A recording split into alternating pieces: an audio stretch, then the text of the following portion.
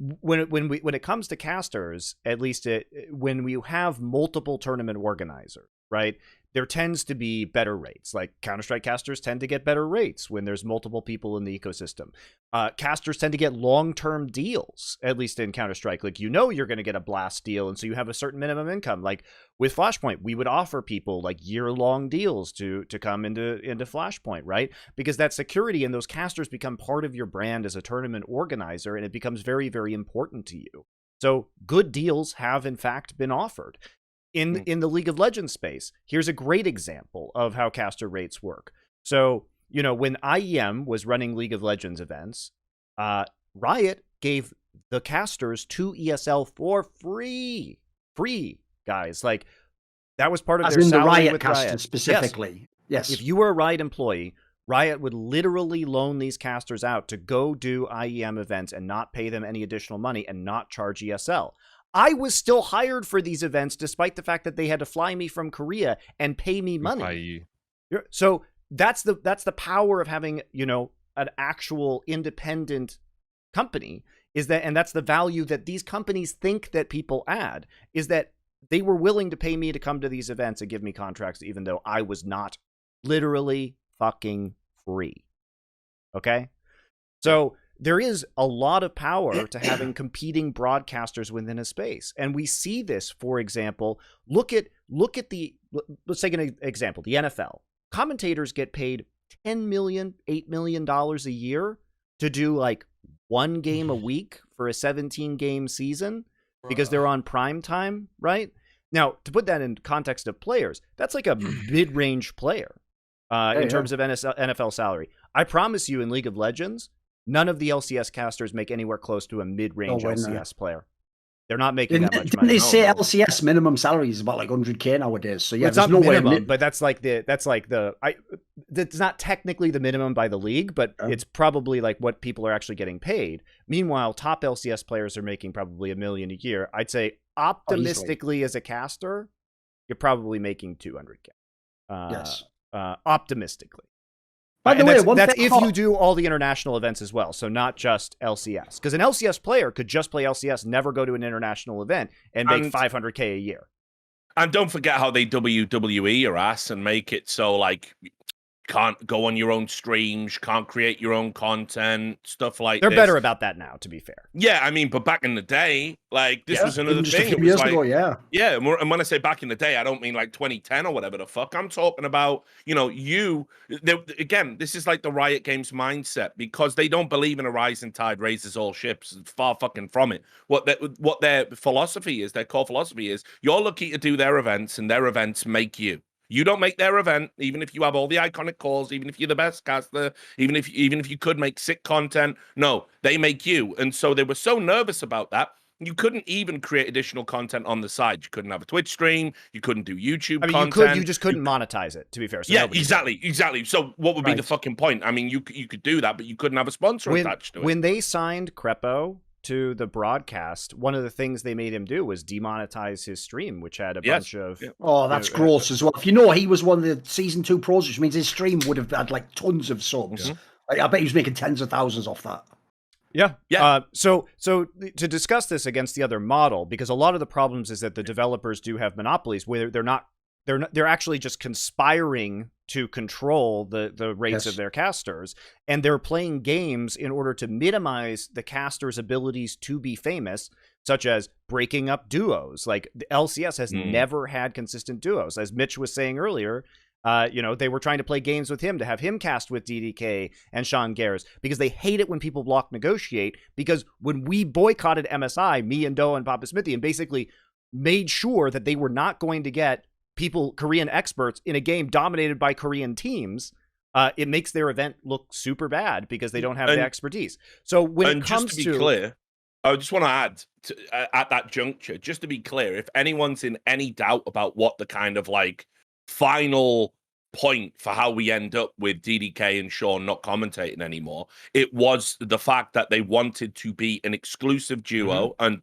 actively said to Riot, stop breaking us up. Sean was made to be an analyst at one event.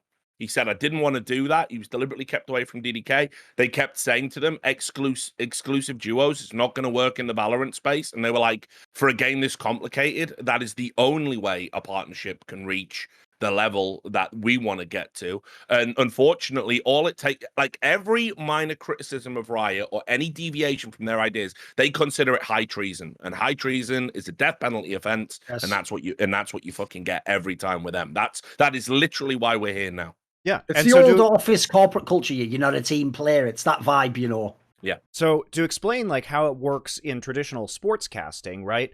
The NFL will like sell media rights to different broadcasters like Fox and ESPN and ABC and Amazon now, right? And so when they sell those rights, it's up to the broadcasters in order to select the commentators for that game. And so because they're in competition with each other and they know, like literally the only logic behind this is they know that if they get Tony Romo, people will watch it who wouldn't watch otherwise because Tony Romo is casting this game, which is true. I do that sometimes with the NFL. I will literally select a game because somebody is commentating. Or now they're doing the Manning cast where they have Peyton and Eli do their own kind of like live stream, like watch party, basically. It's a co-stream type thing. Yeah, it's basically a co-stream. And that they're paying these guys millions and millions of dollars. And casters are paid very well in the NFL. So for example, Amazon allegedly, there was a leak, offered Sean McVay, who is the head coach of the Rams, the Super Bowl winning team, $100 million contract over 5 years to come do Thursday Night Football that Amazon owns. Okay. And so it's almost certainly more than he's getting paid as a coach, by the way, and puts him into like the upper echelon of what players are getting paid. Yes. Now he allegedly turned that deal down, but you see there is real competition between the broadcasters to get prestigious broadcast talent on the games. And this is what happens in a game like Counter-Strike that actually has an open ecosystem, is there is a bidding process for some of the top talent. That does happen. And as a result, Counter-Strike talent is generally better compensated and better treated than talent in games that are operated by developers that have monopolies.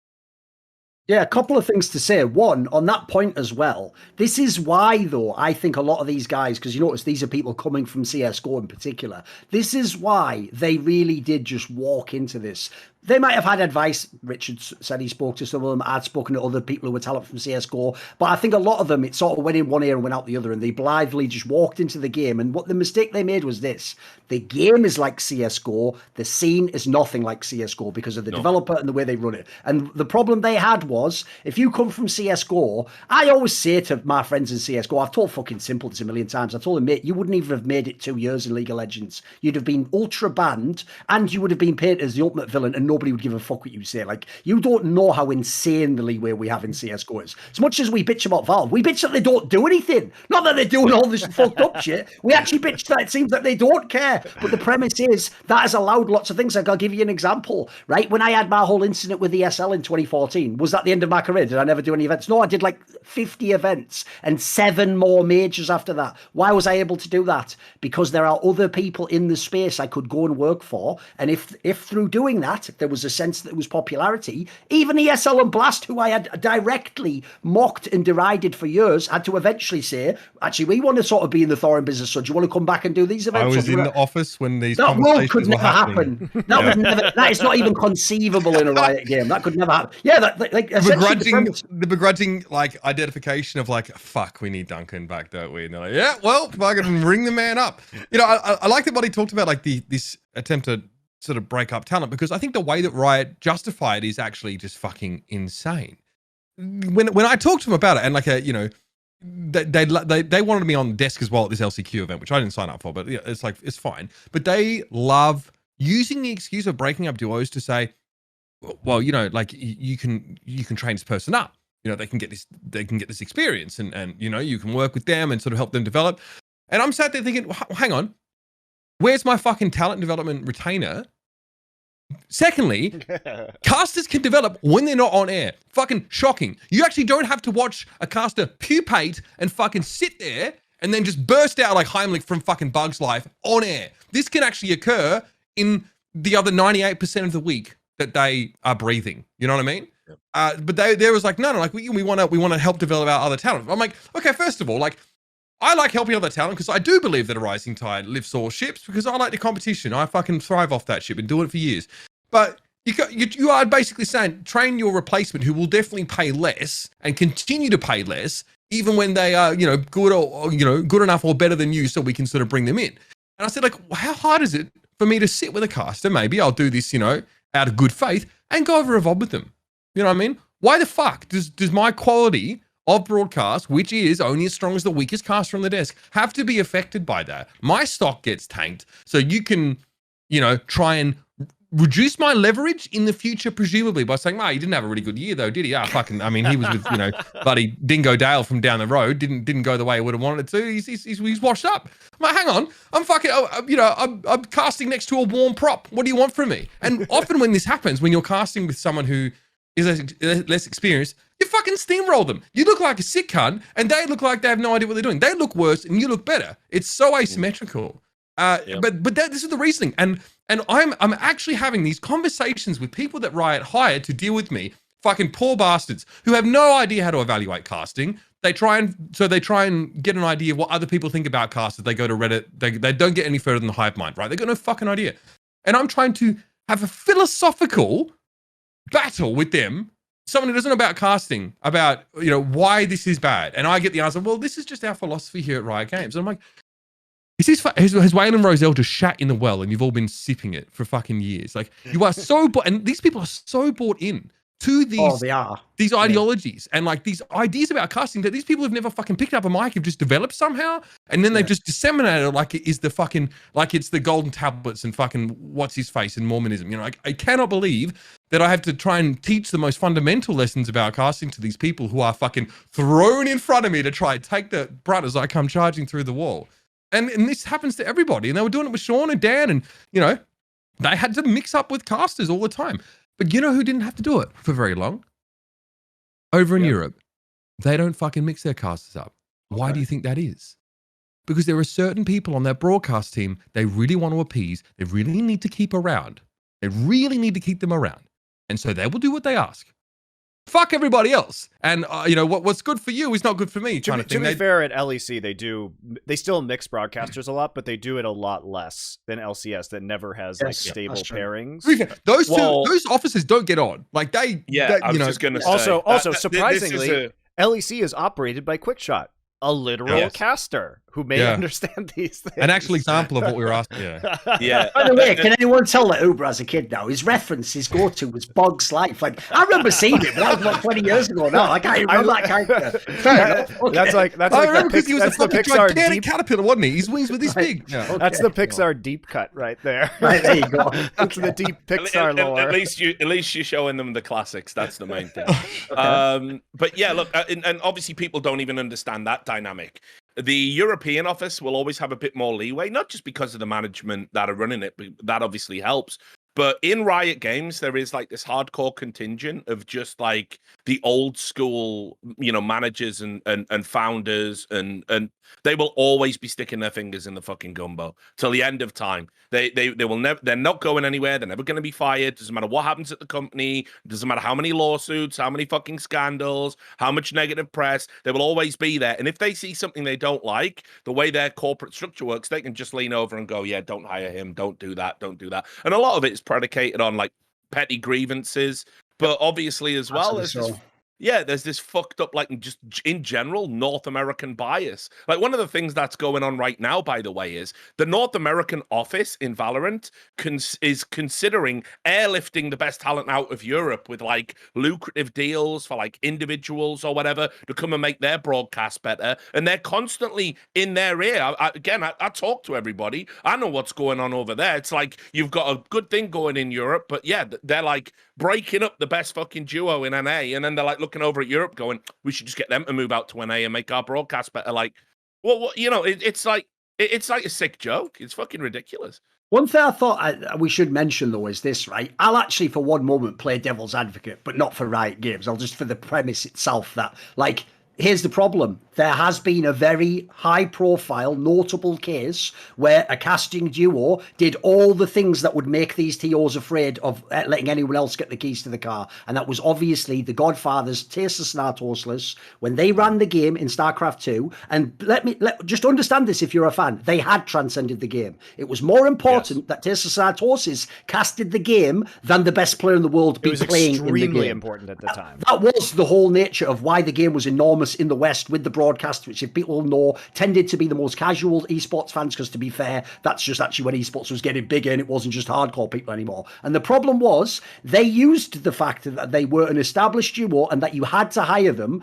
and they basically exploited that to their nth degree, basically. Like, they themselves pulled some of these games, like rates fixing, like telling other people the same equivalent that the broadcasters in Valorant here. They would tell other people, well, if we're the number one duo and we're the ones in the most demand, logically you have to charge whatever X minus 5 or whatever the number is. Like, you can't ever be our number, otherwise then we have a problem, don't we? And like, essentially they did some of these things themselves. So I will say there is a famous case of it. With that said, their influence in terms of being able to do that died out about 8 years ago, or maybe slightly even more. So I do think like it's maybe can be used as like a boogeyman story if you're a TO or game dev. But I actually think it's actually just an example of where, guess what? Humans are corrupt. The caster themselves can be the person who does all that shit, obviously. Yeah. And just on that point, Duncan, like, obviously, as someone who was around back then, I actually got to experience the kind of like how far the other way it can go in StarCraft, like in quite a negative way.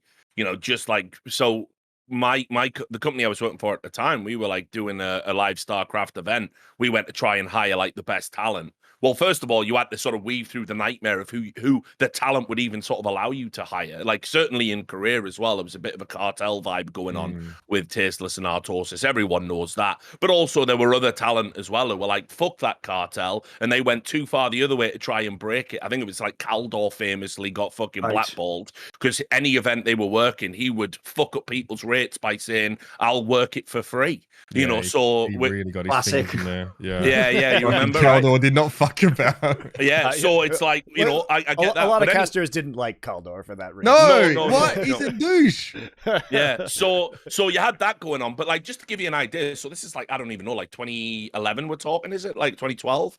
Kind of like, yeah, about there. So, when we tried to hire Day 9 to do our event, his fucking rates were ridiculous. They'd be ridiculous by today's standards, by the way. It was something like 8K a day, maybe more. Like, it was fucking mental. It was like, can't really justify that. And then it's like, you start seeing all the other diva shit creep into it. You start seeing, he works a DreamHack, but he demands that the stage is named after him. It had to be called the Day 9 StarCraft stage, or he wasn't going to work the event for any money. He wanted to like fully use everything, the fact that he was getting mainstream crossover appeal at that time, and by the way, wanted his own fucking green room all by himself. It was like fucking all the nightmare. I had a positive imagination when I came back to ESL. I could have had a fucking stage at ESL Cologne. What was I doing? I could have been the Thorin stage. I just want to work the event. Anyone will tell you from that time, if you had to deal with Tasteless, Artosis, Day 9, that kind of like Holy Trinity, and some other casters besides, it was a nightmare. It was like, take all the blue M&Ms out the bowl type bullshit. They were fucking divas, and they remained so to this day, even though they fell off like fuck.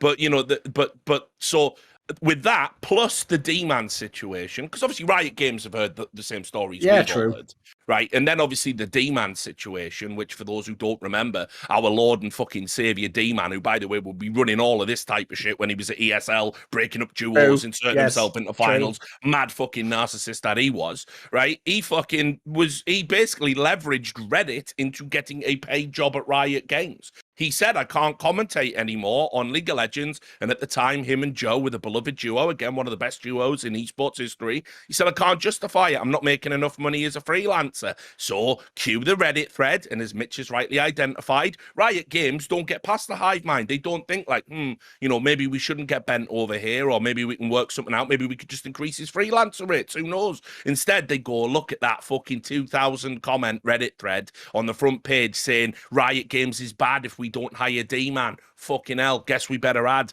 But unfortunately, what D-Man did was all smug and fucking cock of the north after that. What he did is he set a precedent that Riot Games were never going to get bent over by talent ever again. And so in many ways, all the problems we've got now, yeah, I'll lay it all on D-Man's doorstep, shall I? No, I won't do that. That is a ridiculous idea. But I will say though, Richard. Oh, guy, he's over there. He's casting Brawl Stars. His ears are burning. He's fucking busy talking to... Indeed. Oh, motherfucker. Listen, to be fair, most viewers that have heard his name in a few years. No. Want to see more cool, funny, interesting clips based on topics from my content? Well, subscribe to this channel then, or, be a pleb and don't.